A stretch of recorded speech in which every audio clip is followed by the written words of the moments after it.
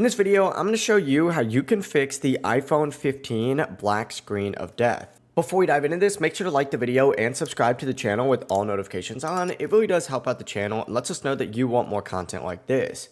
But if your iPhone 15 is stuck on a black screen and not turning on, don't panic. There's actually a quick fix that could get it working again. What you're going to want to do is actually try a force restart. You're going to want to press these buttons in the exact order. Press and quickly release the volume up button, and then press and quickly release the volume down button.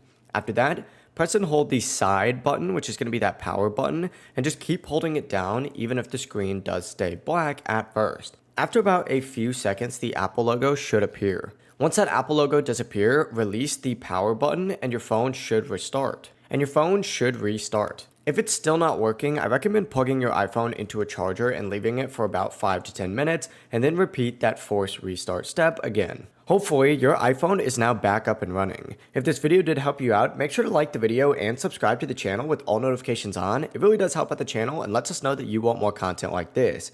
Have a great rest of your day. Peace.